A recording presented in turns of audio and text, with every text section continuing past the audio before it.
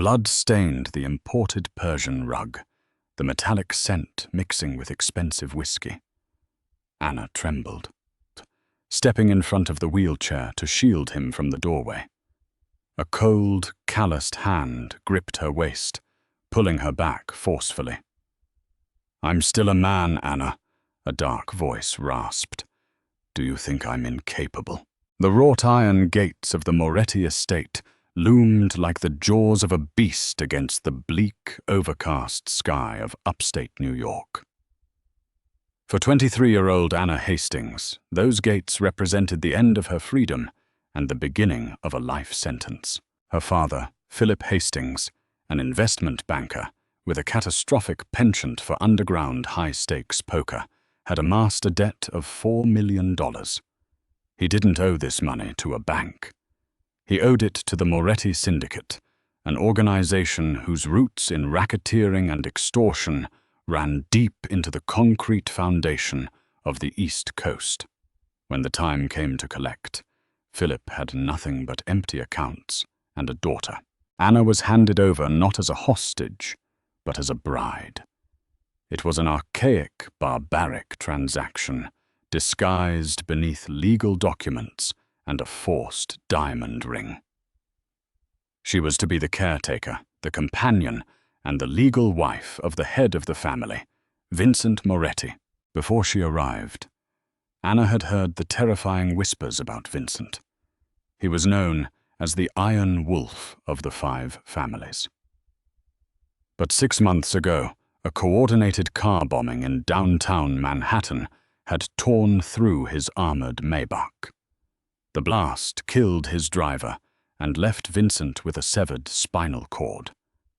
Now the Iron Wolf was paralyzed from the waist down, confined to a custom-built titanium wheelchair.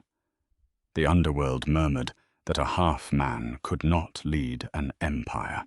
Sharks were beginning to circle the bleeding estate. Stepping into the cavernous foyer of the mansion, Anna felt the heavy silence press against her eardrums.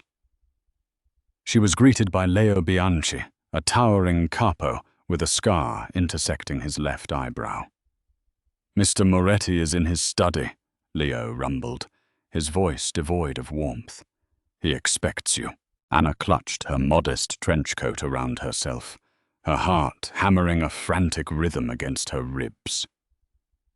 She was led down a corridor, lined with somber Renaissance oil paintings, until they reached a set of heavy oak doors. Leo pushed them open. Vincent Moretti sat behind a massive mahogany desk, reviewing ledgers. The breath hitched in Anna's throat. Despite the wheelchair barely visible behind the desk, the man radiated a suffocating, lethal authority. He was broadly built, his shoulders stretching the fabric of his bespoke charcoal Brioni suit.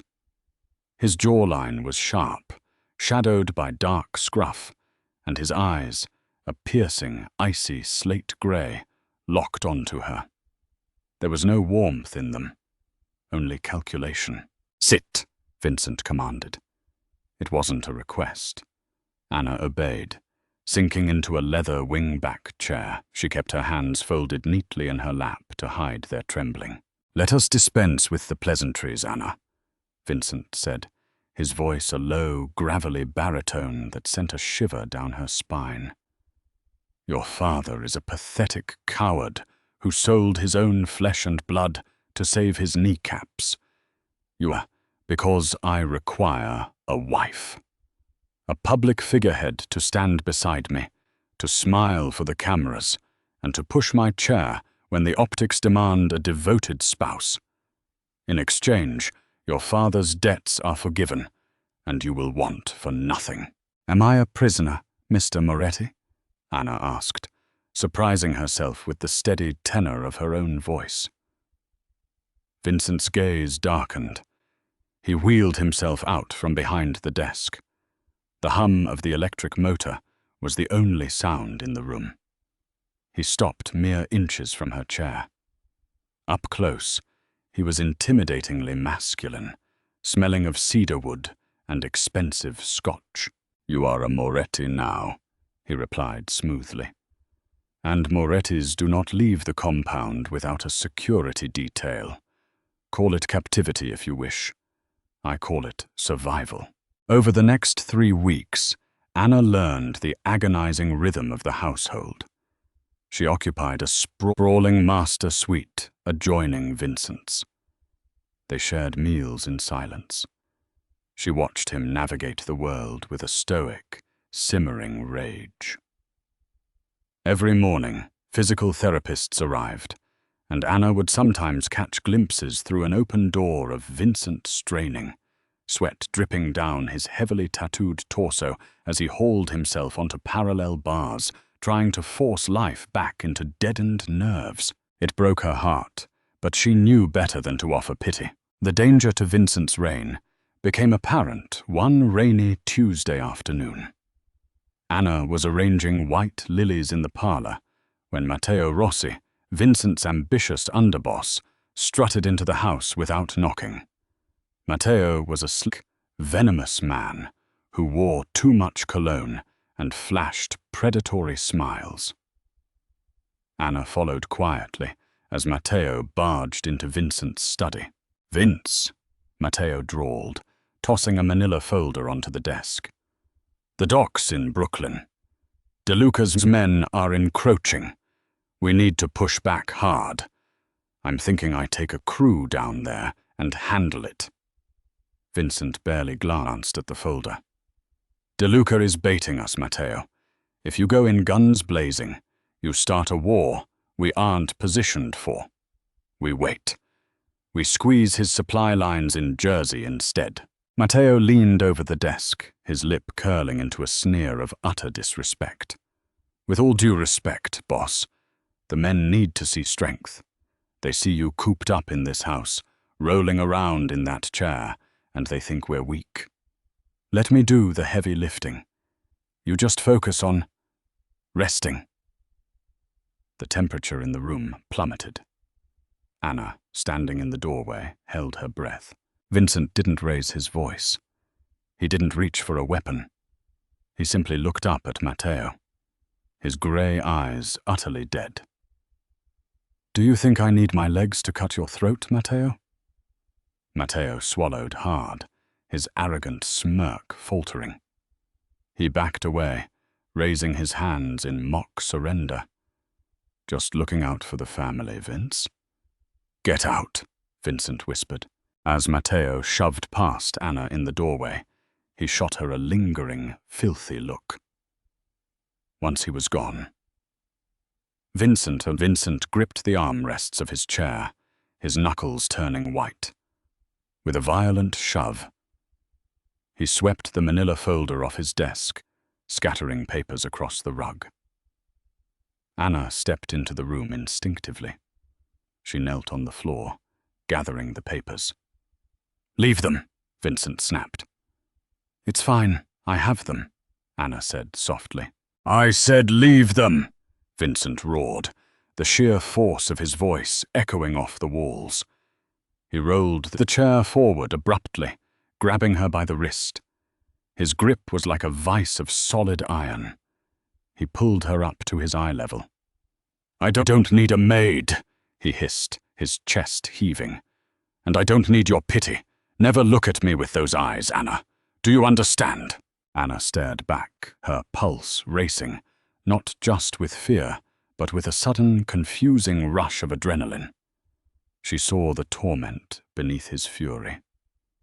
"I wasn't pitying you, Vincent," she breathed, her voice barely a whisper. "I was just helping." He stared at her lips for a fraction of a second before dropping her wrist as if it burned him. He spun his chair around, facing the rain-lashed window. "Get dressed," he ordered coldly. "Tomorrow night, we attend the St. Regis Charity Gala. It is time the underworld sees that the Iron Wolf is still breathing." The grand ballroom of the St. Regis Hotel in Manhattan was a glittering sea of crystal chandeliers, flowing champagne, and dangerous people wearing expensive masks of civility. This was neutral ground, an annual charity gala where the city's most ruthless syndicate leaders rubbed shoulders with corrupt politicians and oblivious socialites. Anna stood beside Vincent's wheelchair, looking breathtaking in an emerald-green silk gown that clung to her curves, a staggering diamond necklace resting against her collarbone, a gift Vincent had fastened around her neck earlier that evening, his fingers brushing warmly against her skin. Despite the glamour, the air was thick with tension. Every eye in the room subtly shifted toward Vincent. Anna could feel the weight of their collective judgment. They looked at the wheelchair, not the man. Matteo Rossi hovered nearby, sipping a martini and holding court with a group of capos from rival families. Among them was Carmine De Luca, a silver-haired, heavy-set mob boss with a notorious reputation for brutality. De Luca approached them, an oily smile stretching across his weathered face. "Vincent!" he boomed, extending a hand. "Good to see you out of the house. We were starting to worry the damp air upstate was doing a number on your joints."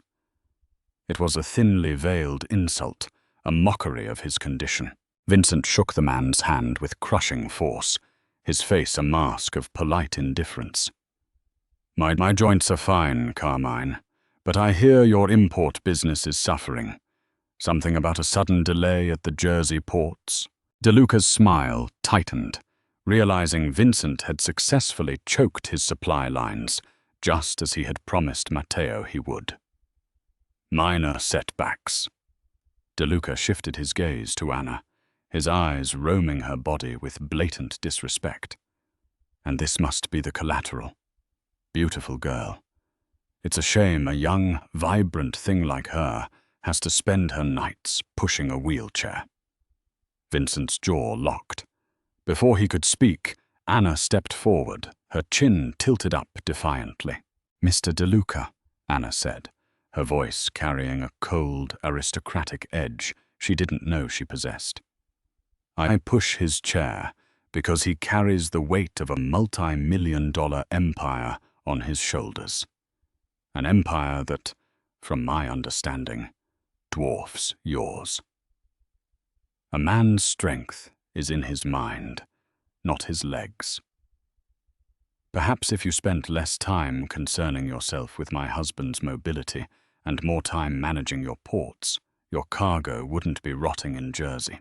A stunned silence fell over their small circle. Matteo choked on his martini.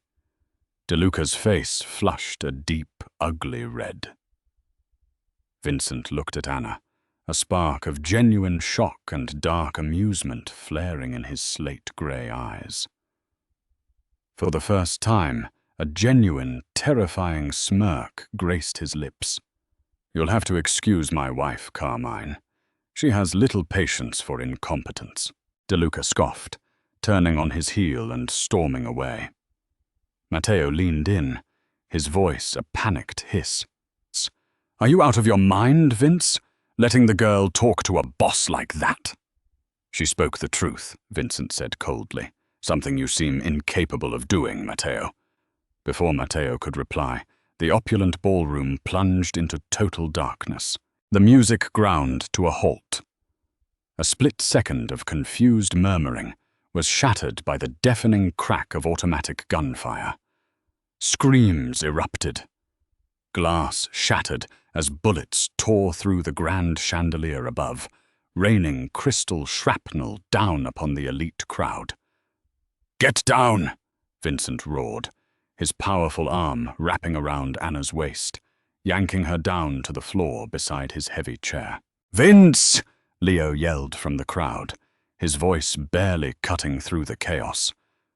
Gunfire flashed in the dark, illuminating masked men, armed with submachine guns pushing through the exits. It was a coordinated hit. "Matteo sold us out," Vincent growled, drawing a sleek, custom-gripped Smith & Wesson 1911 from a holster concealed beneath his jacket. He fired 3 times in rapid succession. In the strobe light flashes of muzzle fire, Anna saw 3 masked men drop to the marble floor. "Anna, stay low," Vincent commanded. With his left hand, he engaged the heavy-duty motors of his chair. "Push the chair! We go to the service corridors! Now!" Adrenaline overriding her terror, Anna grabbed the handles of the chair. Staying crouched, she shoved, navigating through the screaming, stampeding crowd. They broke through a set of double swinging doors leading into the hotel's sprawling kitchen and service hallways. The distant pop of gunfire echoed behind them. Anna was hyperventilating, her emerald dress torn, her bare feet bleeding from stepping on broken glass after she had kicked off her heels. She pushed Vincent down a narrow, dimly lit corridor lined with industrial freezers. The manager's office. Anna shoved the door open, wheeled Vincent inside, and slammed it shut, throwing the heavy deadbolt. The room was small, suffocating, and reeked of stale coffee. Anna collapsed against the door, sliding down to the floor, gasping for air. Vincent was eerily calm. He checked his magazine, the metallic click deafening in the quiet room. "Are you hit?" he asked, his eyes scanning her frantically in the dim light. No, Anna sobbed, crawling toward him. Her hands fluttered over his legs, his chest, terrified that he had caught a stray bullet and couldn't feel it due to his paralysis. "Are you? Vincent, tell me if you're bleeding. You wouldn't be able to feel it. Oh God, I need to check you." She was frantic, treating him like a fragile invalid. She grabbed the heavy mahogany desk chair and tried to pull it in front of him to barricade him. "We have to hide you. If they come in, I can try to distract them. I have a letter opener." Heavy footsteps thudded down the hallway outside. Voices muttered in Italian. They were checking doors. Anna stood frozen in front of Vincent's wheelchair, her hands trembling as she gripped a silver letter opener she'd snatched from the desk. She was determined to stand between the gunman and her crippled husband. Suddenly, the handle of the office door jingled. A heavy kick smashed against the wood. The door splintered. Anna screamed, raising the pathetic letter opener. But a hand of absolute iron clamped around her hip, yanking her violently backward and down. She fell into Vincent's lap just as the door blew open, revealing 2 massive hitmen, leveling suppressed pistols. Vincent didn't flinch. With Anna shielded tightly against his chest by his left arm, his right arm extended. He fired twice. Bang. Bang. The shots were terrifyingly precise. Both hitmen took a bullet squarely between the eyes, collapsing backward into the hallway like cut strings. Silence rushed back into the room, save for the ringing in Anna's ears. She lay frozen across Vincent's lap, her heart hammering against his solid, broad chest. She looked up at him, breathless, terrified by the cold, emotionless mask of a killer that he wore so naturally. Frantically, the adrenaline making her delirious, she tried to scramble off his lap, her hands patting his abdomen. "Vincent, you could have been killed. I was trying to protect you. You're in a chair. You can't move fast enough. You can't—" His hand shot out, wrapping tightly around the back of her neck, silencing her panicked rambling. His grip was firm, possessing, yet surprisingly tender. He pulled her face down until her lips were mere inches from his. His slate-grey eyes burned with a sudden, dark fire that made Anna's breath catch. "I'm still a man, Anna." His voice was a low, vibrating growl that settled deep in her core. "Do you think I'm incapable?" Anna stared into his eyes, her lips parted. She suddenly became acutely aware of the hard muscle of his chest, the dominant strength in the hand gripping her neck, and the raw, undeniable virility radiating from him. The wheelchair beneath them ceased to exist. In that dark, bloody room, Vincent Moretti wasn't a broken mob boss. He was an apex predator, and she was entirely at his mercy. No, she whispered, her voice trembling with a completely new kind of fear. Vincent's gaze dropped to her parted lips, the tension between them snapping into something electric and dangerously intoxicating. Good, he murmured, his thumb brushing over her jawline. Because Matteo is going to die tonight, and you are going to watch. The heavy oak door swung open, revealing Leo. His suit was covered in plaster dust and blood. "Vince!" Leo gasped, his eyes darting to the two dead men on the floor.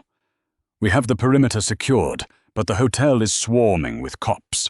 De Luca slipped out the back. Matteo is gone." Vincent released his grip on Anna. He smoothly holstered his weapon, his expression turning into a mask of pure, unadulterated vengeance. "Matteo set the trap," Vincent stated, his voice a low, terrifying rumble. "He fed De Luca our security layout. Get the vans. We are leaving through the loading docks." Anna scrambled to her feet, her breathing ragged. She expected Vincent to ask for help, but he maneuvered his heavy chair with brutal efficiency, rolling over the shattered glass without a second glance. Anna grabbed her torn emerald skirt and ran after him. The fear that had paralyzed her moments ago was gone, replaced by a strange, intoxicating adrenaline. She realized she was not running away from the Mafia boss. She was running with him. They navigated the smoke-filled corridors until they reached the underground parking garage. Two black armored vans idled near the exit. Leo lifted Vincent into the back of the first van, while Anna climbed in beside him. As the doors slammed shut and the vehicle peeled out into the rainy New York night, the harsh reality of their situation settled over them. The interior of the van was dark, illuminated only by passing streetlights. Vincent sat in his specialized locked seat, his broad chest rising and falling slowly. He did not look weak. He looked like a wounded god of war, calculating his next slaughter. Anna reached out, her fingers trembling, and gently touched his arm. He turned his slate-gray eyes toward her. "Are you afraid of me, Anna?" he asked softly. She thought about the two men he had just executed without blinking. She thought about the dark, possessive way he had held her neck. "I should be," she whispered, her voice surprisingly steady. "But I am not. I am angry." A slow, dangerous smile curved Vincent's lips. "Good. Anger is a weapon. Fear is a liability." He reached out, his calloused thumb wiping a smudge of dirt from her cheek. The touch was agonizingly tender, a stark contrast to the violence they had just survived. "Matteo thought my condition made me blind to his ambition. He thought I was a broken king. Tomorrow, I will remind the underworld what happens when you wake the Iron Wolf." They did not return to the sprawling upstate estate. Leo drove them to an unmarked, heavily fortified warehouse in the Bronx. This was Vincent's true seat of power, an underground bunker bristling with loyal soldiers. Over the next 48 hours, the safe house became a war room. Anna refused to hide in the designated sleeping quarters. She stayed by Vincent's side. She watched him orchestrate a massive, synchronized purge. He did not need his legs to dismantle an empire. His mind was a lethal, hyper-vigilant machine. Sitting at a massive steel table surrounded by monitors, Vincent barked orders. "Hit De Luca's illegal casinos in Queens. Burn them to the ground, but leave the patrons unharmed. I want DeLuca's pockets bleeding by dawn." Leo nodded, dispatching the strike teams. "And Matteo?" "Leave Matteo to me," Vincent replied softly. Anna served Vincent black coffee, her presence becoming a silent anchor for him. The men in the room, hardened killers, began to look at her differently. They no longer saw a hostage bride. They saw a woman who stood unflinchingly beside their boss during a war. On the third night, a bruised and bloodied soldier was dragged into the war room. It was one of Matteo's inner circle. "Where is he?" Vincent asked, his voice deathly calm. The soldier spat blood onto the concrete floor. "He's hiding at the abandoned shipyard in Brooklyn. He's got 50 men heavily armed, Vince. You can't touch him. He says you're half a man. He says he's taking the family." Vincent chuckled, a dark, vibrating sound that chilled the room. 50 men. He looked at Leo. "Prepare my chair. We are going to Brooklyn." Anna's heart stopped. "Vincent, no," she blurted out, stepping in front of him. "It's a suicide mission. 50 men. You can't go into that environment." Vincent reached out, grabbing her waist and pulling her firmly between his legs.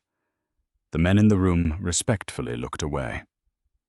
"Anna," he murmured, his face inches from hers. "A king does not send his pawns to execute a traitor. He does it himself." "Then I am going with you," she declared, her eyes burning with fierce determination. Vincent stared at her, genuinely surprised.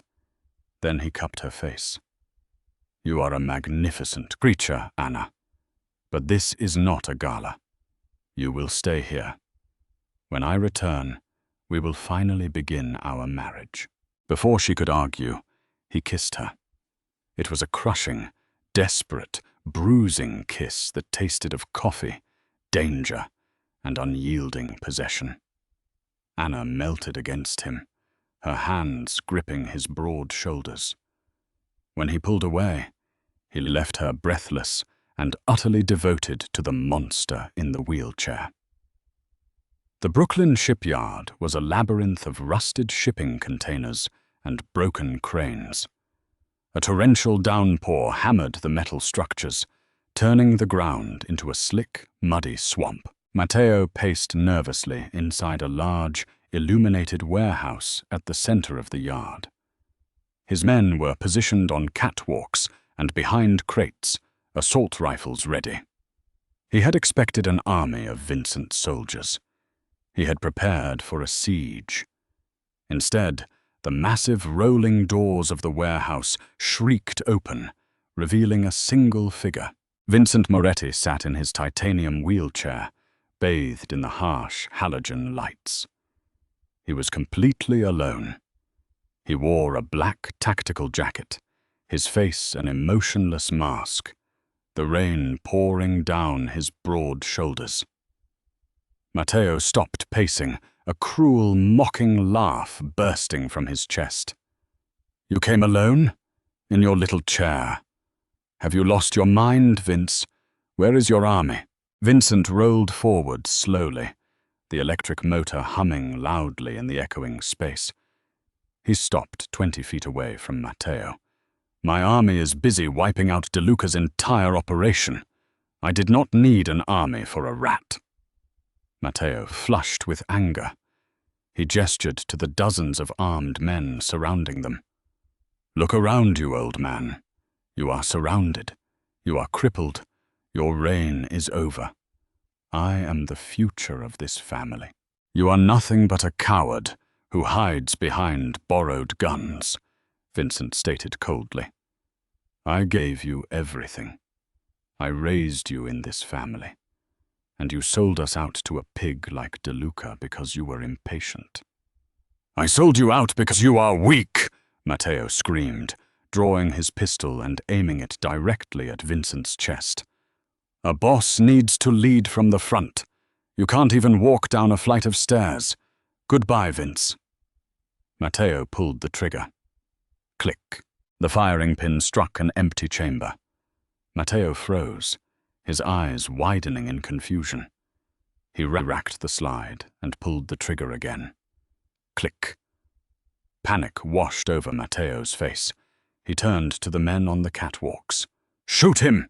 Kill him! Nobody moved. The 50 men standing around the warehouse lowered their weapons. From the shadows behind them, Leo stepped forward, wiping rain from his face. Vincent smiled a terrifying, razor-sharp smile. You spent all your time looking at my wheelchair, Matteo.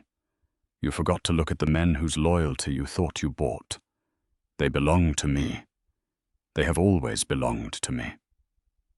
Matteo dropped his useless gun, stumbling backward, his bravado shattering into pathetic terror. Vince, please. I was confused. De Luca manipulated me. I swear on my mother's grave. Vincent reached into his jacket and drew his Smith & Wesson. He did not raise his voice. He did not show anger. He showed only the cold, mechanical ruthlessness that had made him a legend. I'm still a man, Matteo, Vincent whispered, the echo carrying through the silent warehouse. Do you think I'm incapable? Vincent fired once. The bullet caught Matteo perfectly in the chest.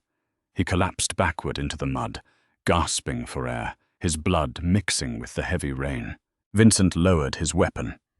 He stared at the dying traitor for a long moment before turning his chair around. Burn the body, he commanded Leo. Let the ashes wash into the river. As Vincent rolled back out into the storm, the men bowed their heads in absolute reverence. The Iron Wolf had returned, more terrifying than ever.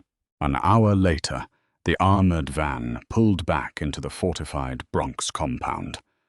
Anna was waiting at the steel door.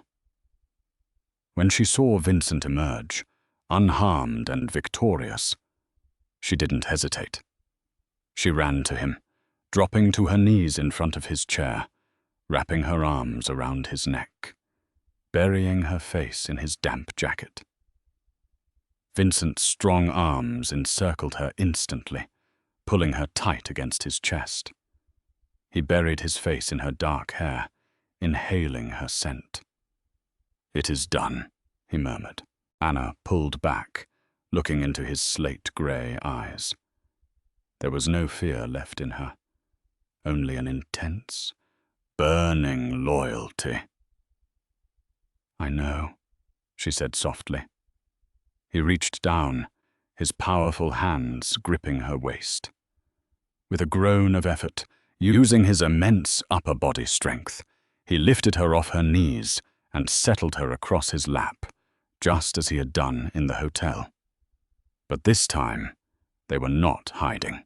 You are my wife, Vincent declared, his voice thick with raw emotion and dark promise. You belong to me. You will rule this empire by my side. Anna traced his sharp jawline, leaning in until her lips brushed against his. I would follow you into hell, Vincent Moretti. The underworld had thought the Iron Wolf was broken. They thought his wheelchair was a throne of weakness. But as Vincent claimed his wife's lips in the heart of his fortress, they both knew the truth. True power did not require legs.